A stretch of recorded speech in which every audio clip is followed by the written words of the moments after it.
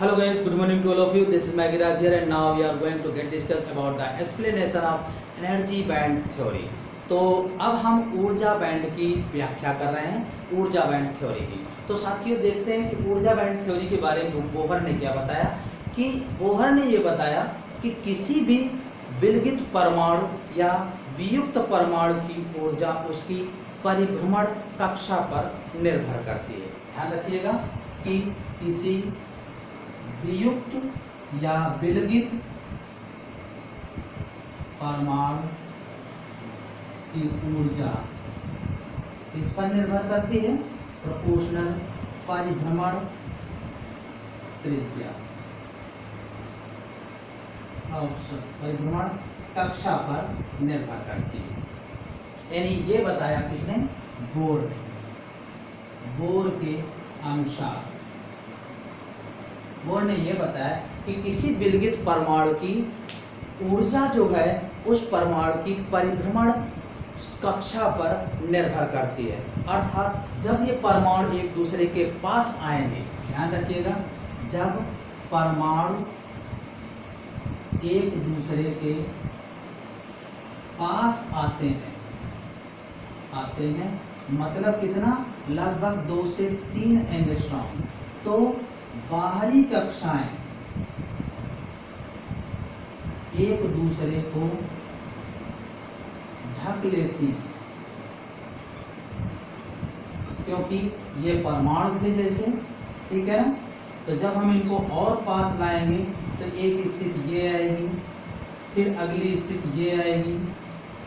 तो ये क्या है? इनकी बाहरी कक्षाएं जो है सबसे पहले एक दूसरे को ढकेंगी, ठीक है ना। तो इनसे जो ठोस बना, इस प्राप्त ठोस की ऊर्जा और विलगित परमाणु की ऊर्जा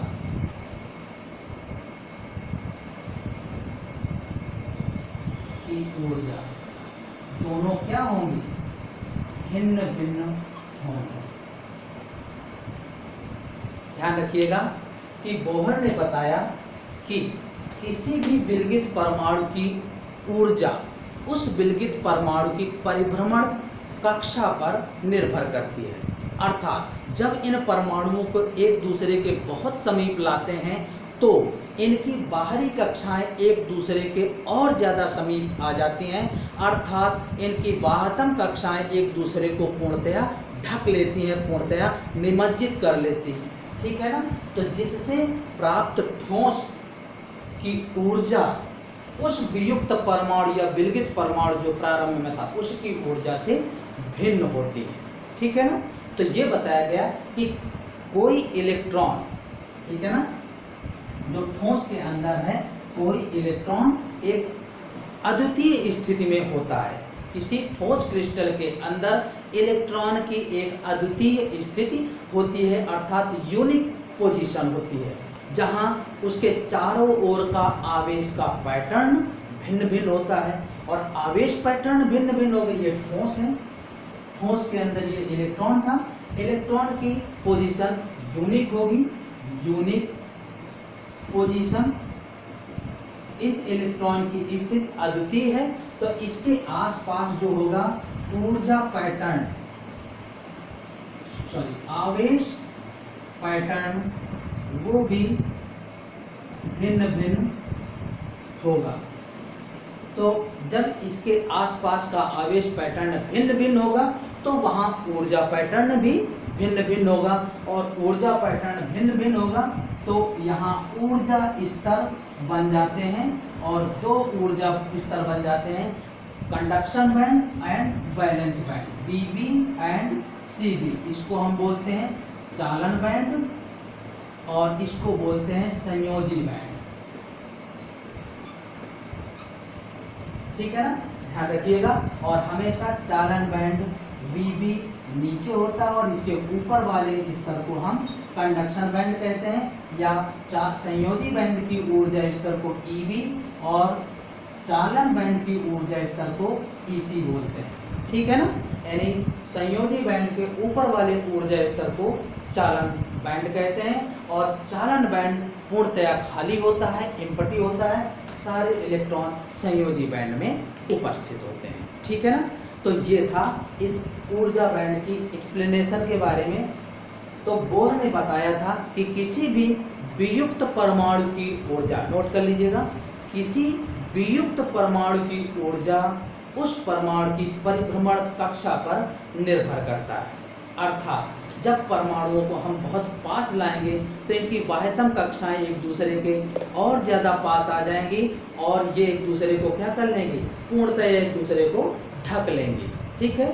जब ऐसा होगा तो इनसे निर्मित ठोस जो होगा उसकी ऊर्जा और प्रारंभ में जो वियुक्त परमाणु था उसकी ऊर्जा दोनों अलग अलग होंगी। तो यही बताया गया, किसी क्रिस्टल के अंदर इलेक्ट्रॉन एक अद्वितीय स्थिति में होता है जहां उसके चारों ओर आवेश का पैटर्न भिन्न भिन्न होता है। आवेश पैटर्न भिन्न भिन्न होने के कारण ऊर्जा स्तर भिन्न भिन्न होते हैं और वो ऊर्जा स्तर चालन बैंड और संयोजी बैंड, दो ऊर्जा स्तर ऊर्जा बैंड बनते हैं। संयोजी बैंड को वीबी वैलेंस बैंड और चालन बैंड को सीबी या कंडक्शन बैंड बोलते हैं। कंडक्शन बैंड या चालन बैंड संयोजी बैंड के ऊपर स्थित होता है। सारे इलेक्ट्रॉन संयोजी बैंड में होते हैं और चालन बैंड पूर्णतया खाली होता है। ठीक है ना। तो इस प्रकार से अब यहाँ पर इनके आधार पर जब चालक, अचालक और अर्धचालकों की व्याख्या की गई तो देखिएगा, ये था ईवी और ये ईसी। ठीक है। बीच का अंतराल इनमें ईजी है, ऊर्जा अंतराल। तो जब इनको एक दूसरे में ओवरलैप करते हैं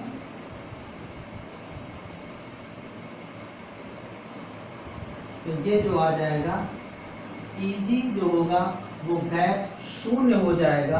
अर्थात जिनमें ऊर्जा अंतराल शून्य होता है वहां पर वो चालक कहलाते हैं। ध्यान रखिएगा, जिनमें ऊर्जा अंतराल शून्य होगा वे चालक होते हैं। और जिनको हम कॉपर, सिल्वर, गोल्ड ये हम पढ़ चुके थे, ये इनके एग्जाम्पल है। यहाँ इलेक्ट्रॉन संयोजी बैंड से चालन बैंड में बड़ी आसानी से संक्रमित हो जाता है, पारगमित हो जाता है।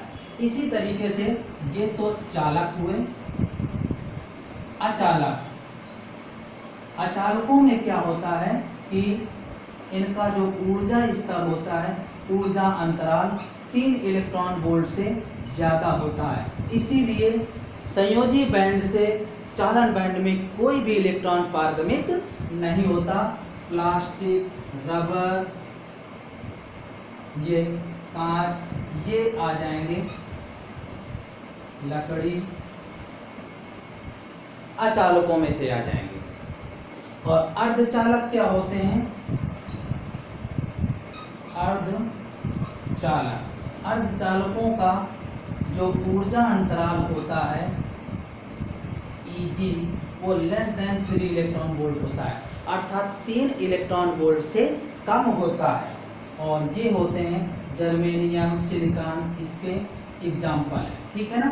कार्बन इसी ग्रुप में आता है, लेकिन कार्बन की ऊर्जा 5.4 इलेक्ट्रॉन वोल्ट होती है, अर्थात 3 इलेक्ट्रॉन वोल्ट से ज़्यादा हो जाती है, इसलिए वो अचालकों की तरह व्यवहार करता है। तो ध्यान दीजिएगा, ये था चालक, अचालक और अर्धचालक। अर्थात चालकों में ऊर्जा अंतराल शून्य होता है, इसलिए संयोजी बैंड से इलेक्ट्रॉन चालन बैंड में बड़ी आसानी से पारगमित हो जाते हैं।